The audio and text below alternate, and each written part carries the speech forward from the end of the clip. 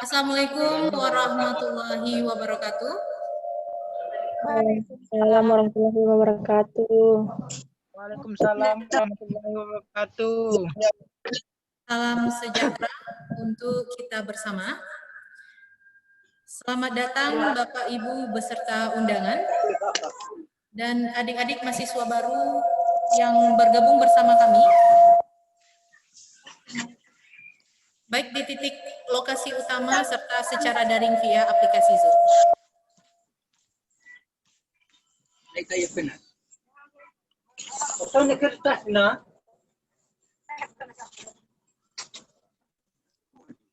Alika kau dah canuk. Dah mau kuliah.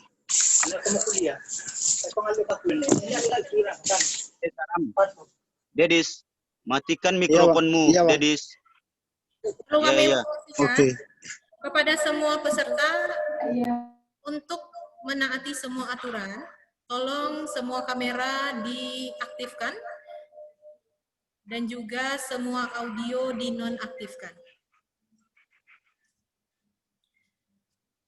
Sebelumnya kepada adik-adik PKKMB tahun 2020,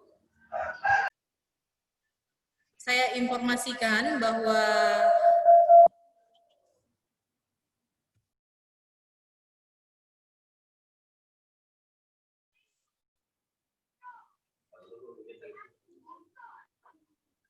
nanti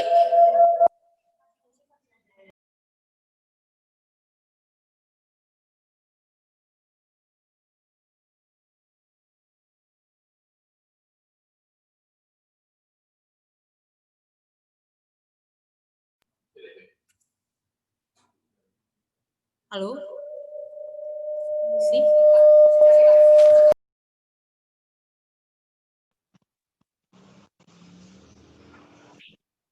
Nggak masalah kali, memang kayak gitu ya, nggak tahu kenapa, apa masalah dia dengan diri.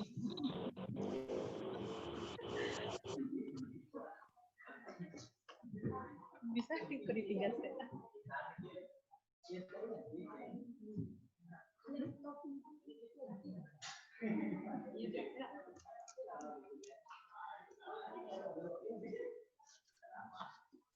Maaf atas gangguan teknisnya. Semua peserta PKKMB dapatkah mendengar suara saya? Jika iya, angkat tangan. Terima kasih. Selamat pagi. Assalamualaikum warahmatullahi wabarakatuh. Salam sejahtera untuk kita bersama.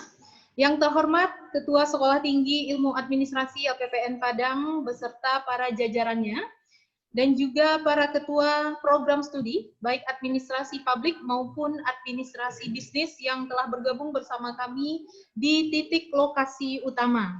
Dan yang teristimewa para peserta PKKMB yang bergabung pada pagi hari yang cerah ini. Baiklah, tanpa membuang-buang waktu, pada pagi hari ini saya informasikan bahwa kita ada 4 sesi atau 4 pemateri. Dan karena dari pagi kami mengalami gangguan teknis, maka jika Zoom ini nanti tiba-tiba berakhir, maka akan kami informasikan untuk kembali mengirimkan link yang baru kepada semua peserta PKKMB. Untuk itu kami mohon mengerti dan juga memahaminya. Terima kasih. Baiklah, semua peserta PKKMB tahun 2020, pada hari ini, hari Sabtu tanggal 17 Oktober 2020, akan kita mulai kembali sesi kita pada hari kedua ini dengan pemaparan materi yang akan disampaikan oleh Ibu Dr. Mayunita MSI, dengan tema kehidupan berbangsa dan bernegara. Kepada Ibu kami silakan.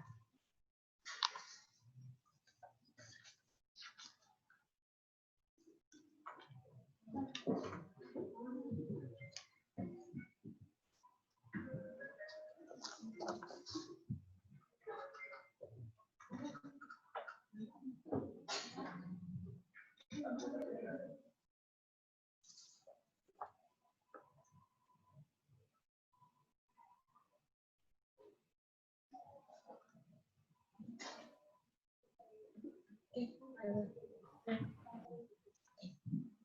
mulai? Ya.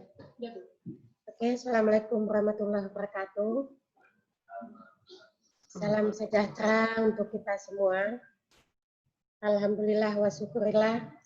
Kita panjatkan puji syukur kepada Allah Subhanahu wa taala. Di pagi yang cukup cerah ini, kita bersama diberikan kesehatan dan kesempatan, ruang dan waktu untuk dapat bersama-sama melaksanakan suatu aktivitas wajib oleh mahasiswa baru yang dinamakan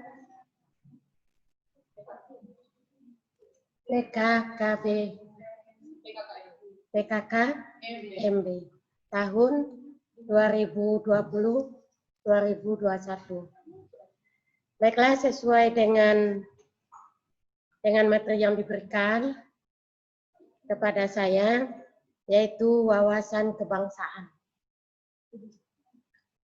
Berkaitan dengan wawasan kebangsaan, memang ada baiknya dulu kita coba membangun kerangka kita bersama dalam penyampaian materi berikutnya.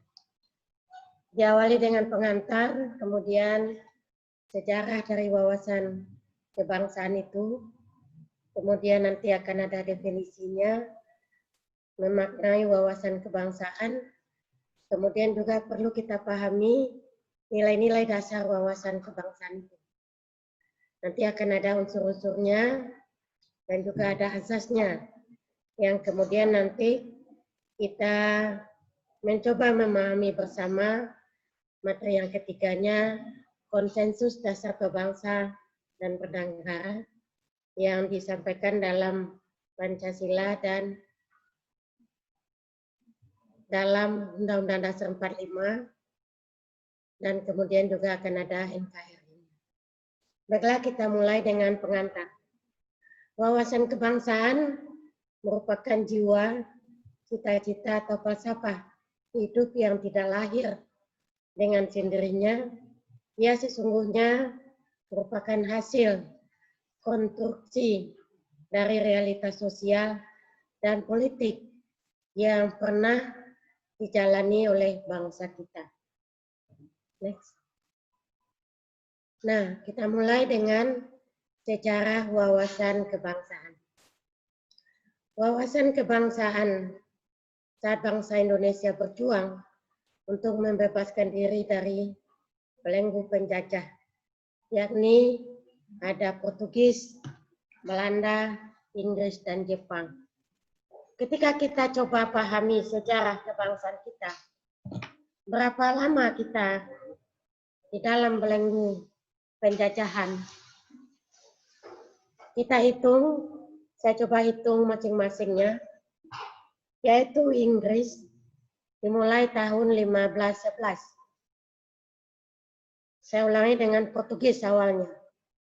Bangsa Portugis menjajah kita selama lebih kurang 10 tahun. Kemudian yang kedua, datang bangsa Spanyol. Bangsa Spanyol menjajah kita selama 58 tahun. Kemudian bangsa Inggris menjajah negara kita selama 23 tahun. Kemudian datang lagi bangsa Belanda. Belanda menjajah kita selama 350 tahun. Terakhir tahun 1942 kita dijajah oleh bangsa Jepang selama 3,5 tahun. Ketika kita akumulasikan 5 bangsa penjajah negara kita, maka ada bangsa kita hidup di bawah tekanan bangsa penjajah selama 444,5 tahun. Jika kita bandingkan dengan bangsa kita merdeka yang baru 75 tahun, maka kita perlu memahami bersama betapa lamanya lagi kita untuk mencapai alam kemajuan. Nah, namun ketika sebelum penjajahan, perjuangan bangsa kita hanya bersifat lokal. Kondisi demikian tidak membawa hasil karena belum dibangun dengan persatuan dan kesatuan. Dalam kondisi yang belum bersatu, pihak kolonial terus menggunakan politik adu domba, divide et impera. Kita ketahui anak-anakku semuanya, di zaman Belanda, mereka menjajah bangsa kita dengan slogan yang diusungnya adalah pekerjaan prodi. Tetapi di zaman Jepang, bangsa kita dijajah dengan slogan sistem kerja rumusan. Sungguh pun demikian, sejarah bangsa mencatat bahwa semangat perlawanan dari pejuang kita selalu berkorban dan tidak pernah berhenti dan padam untuk mengusir kaum penjajah di bumi pertiwi untuk mengusir penjajahan tersebut. Next. Nah, bagaimana kita pahami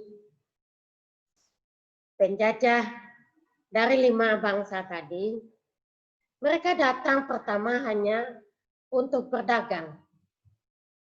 Misalnya bangsa Portugis, awalnya dia hanya menaklukkan Malaka ketika kita baca sejarah.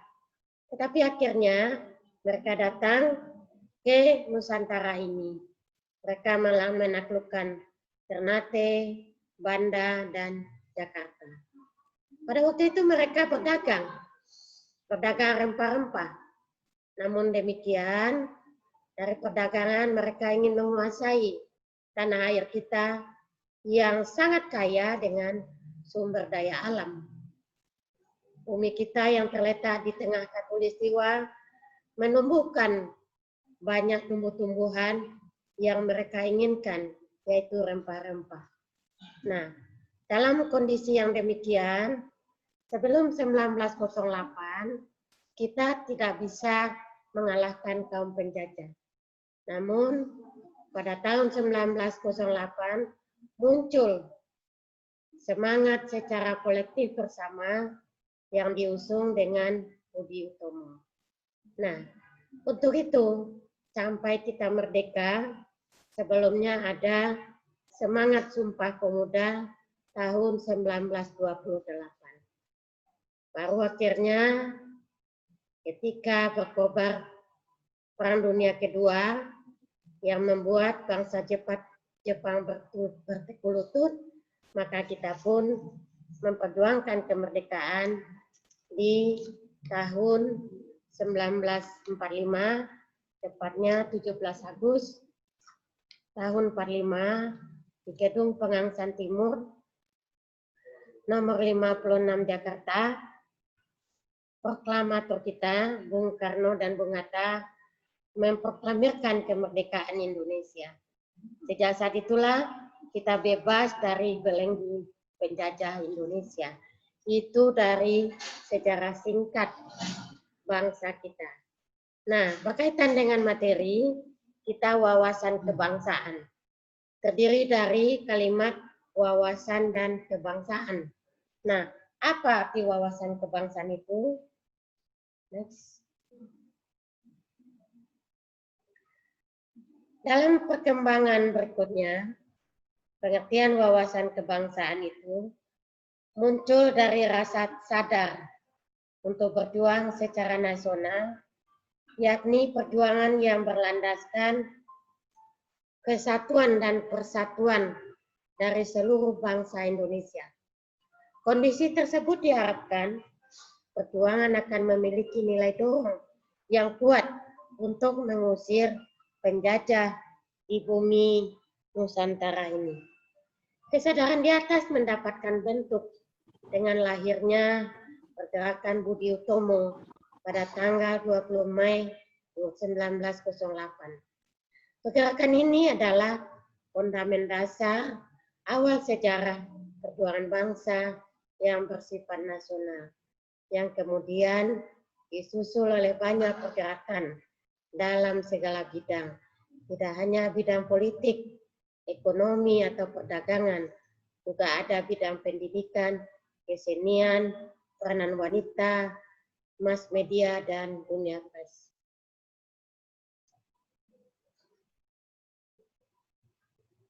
Semuanya itu ditujukan kepada tekad bersama untuk bebas dari belenggu kaum penjajah.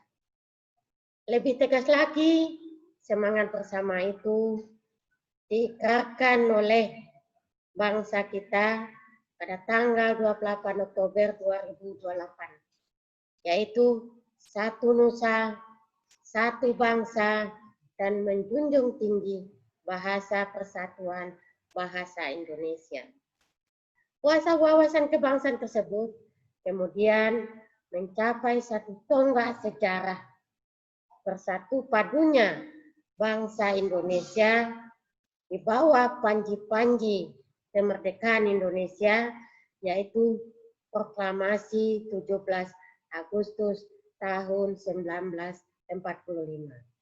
Perjalanan panjang perjuangan bangsa Indonesia tersebut menimbulkan ide dan gagasan serta menampilkan sikap dan tekad yang bersumber dari nilai budaya serta disemangati oleh cita-cita moral anak bangsa yang luhur.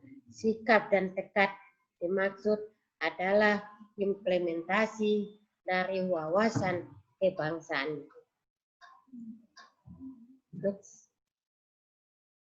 Nah, sekarang apa yang dimaksud dengan wawasan? Menurut Kamus Besar Bahasa Indonesia tahun 2002, wawasan kebangsaan itu yang pertama adalah hasil mewawas atau meninjau atau memandang, atau adalah konsepsi cara pandang wawasan kebangsaan akan sama juga dengan wawasan Nusantara, yaitu cara pandang bangsa Indonesia dalam mencapai tujuan nasional yang mencakup kesatuan perwujudan Kepulauan Nusantara sebagai kesatuan politik, sosial budaya, ekonomi, dan pertahanan keamanan. Sedangkan kebangsaan berasal dari kata bangsa. Artinya, mengutip Kamus Besar Bahasa Indonesia, bahwa kebangsaan adalah masyarakat yang bersamaan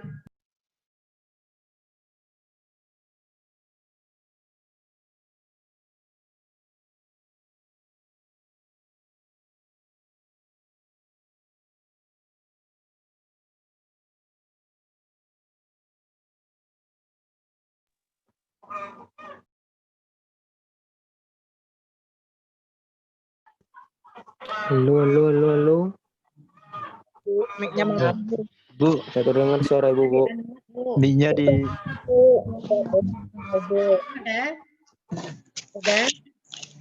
Halo? Imut ya. Udah. Oke, next.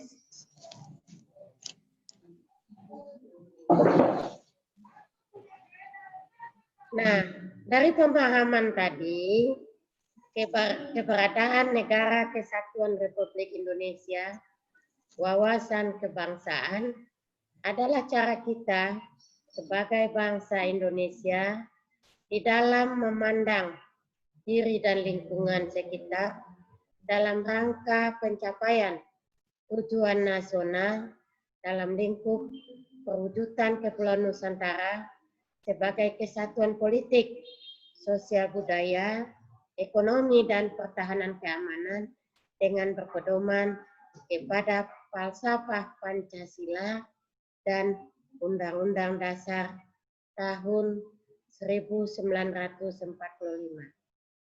Dengan demikian dapat disimpulkan bahwa wawasan Nusantara adalah bagaimana kita memahami wawasan Nusantara adalah sebagai satu kesatuan di bidang politik, ekonomi, sosial, budaya, dan pertahanan keamanan.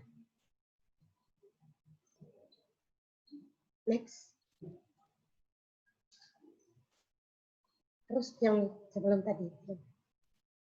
Nah, dari istilah-istilah yang coba kita pahami bersama tadi, wawasan kebangsaan, ini saya kutip dari Profesor Muladi, Gubernur Lemhanas Republik Indonesia tahun 2005 sampai 2011.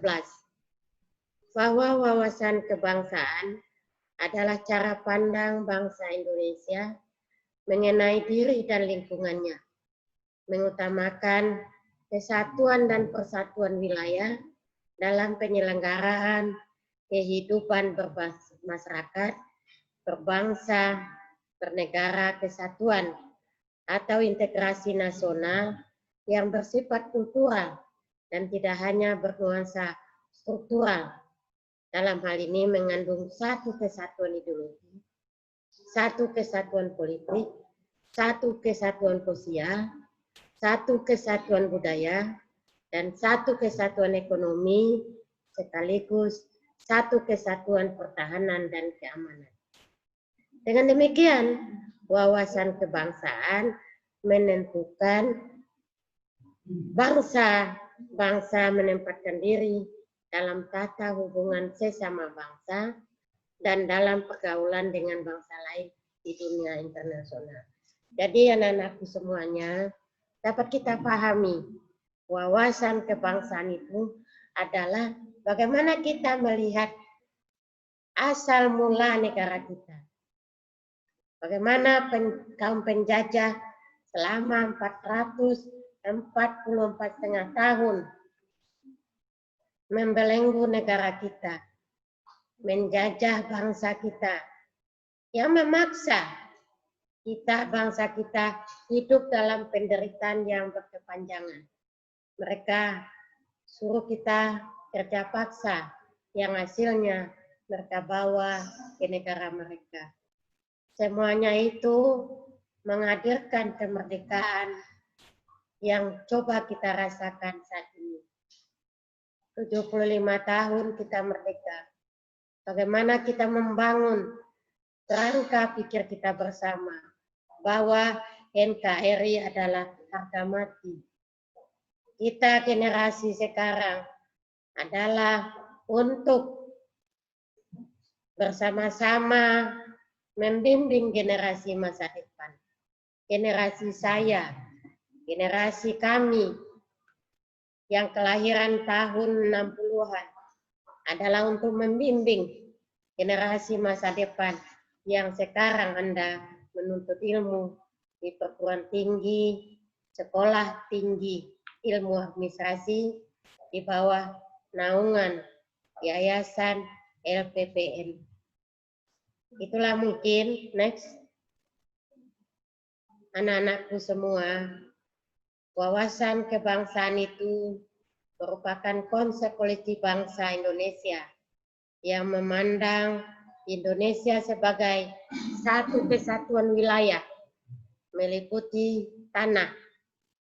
Dalam hal ini tentu daratan dan air yang juga di dalamnya adalah sungai yang mengalir dan laut yang membentang luas, termasuk dasar laut dan tanah di dalamnya dan udara di atasnya.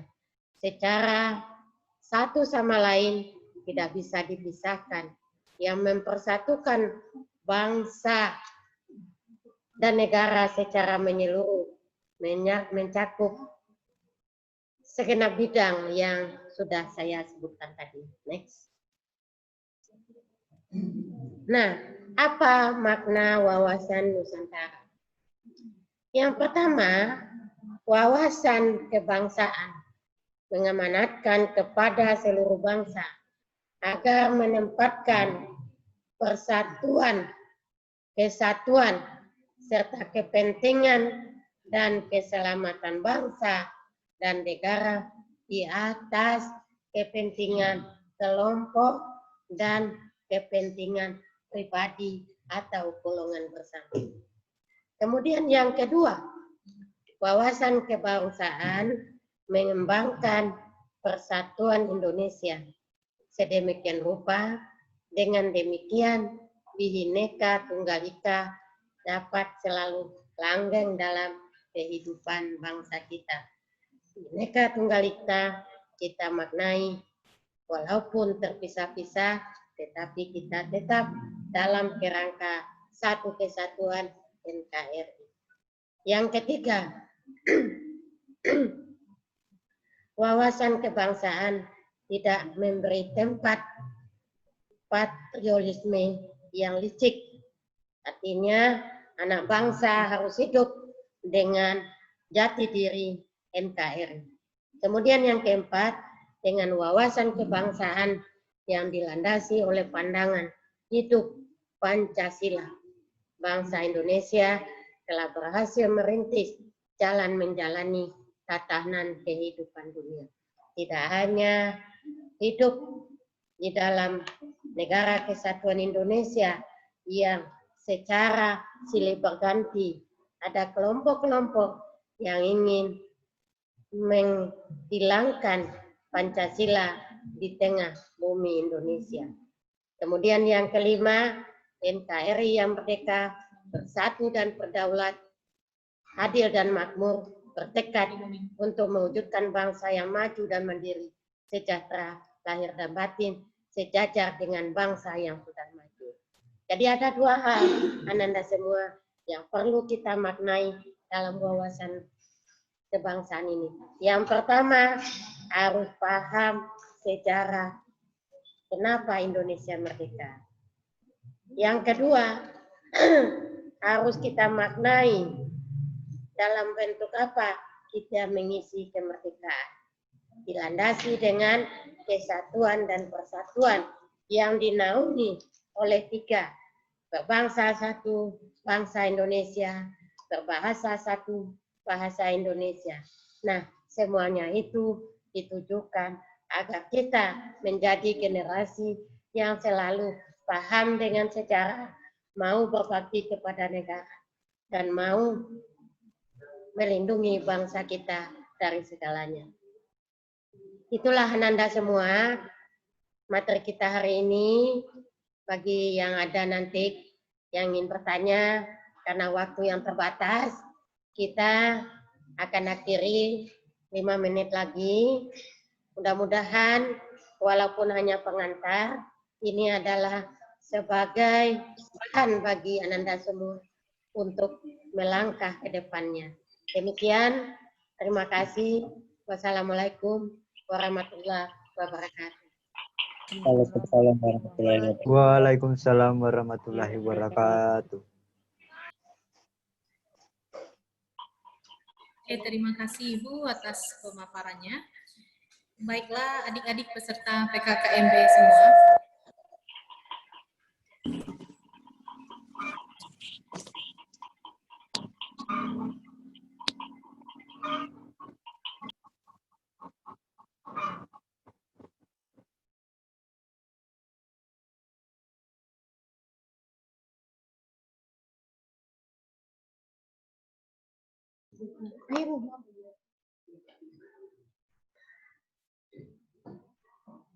Baiklah, sebelum kita masuk kepada pemaparan materi kedua, kami ingatkan bahwa untuk sesi pertama ini, Yatim IT akan berakhir dulu, dan nanti kami akan kembali membagikan linknya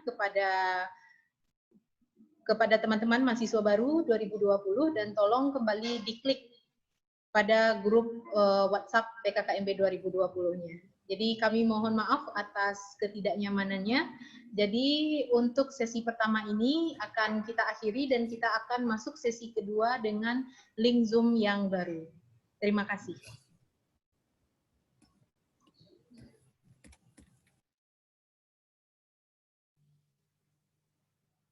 Bu, saya nggak fokus ini Bu. Ibunya terlalu cantik Bu.